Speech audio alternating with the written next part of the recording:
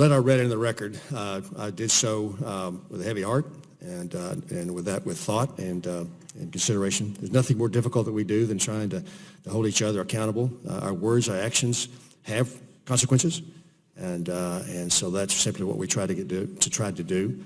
The litany. Well, let me say this. The emotional reaction you had is certainly expected, but let me be clear. A clear, convincing statement for the record.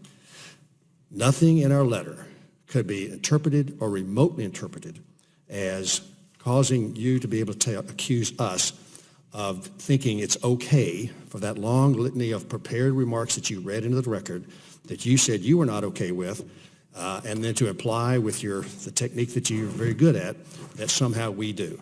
We don't. Our letter has absolutely nothing to do with what President Trump, candidate Trump, campaigns, whatever they might have done. Our letter speaks to our concern that the intelligence agency that we seek to oversee, the important role, in fact, unique role that this committee has in that role in Congress is compromised by your continued leadership. And I don't say that lightly. You and I have had a good working professional relationship for over 2.5 years, and it doesn't please me in the least to say that. With that, would one of the panelists speak to the Nord Stream 2 pipeline? Is it, in fact, a pure commercial enterprise?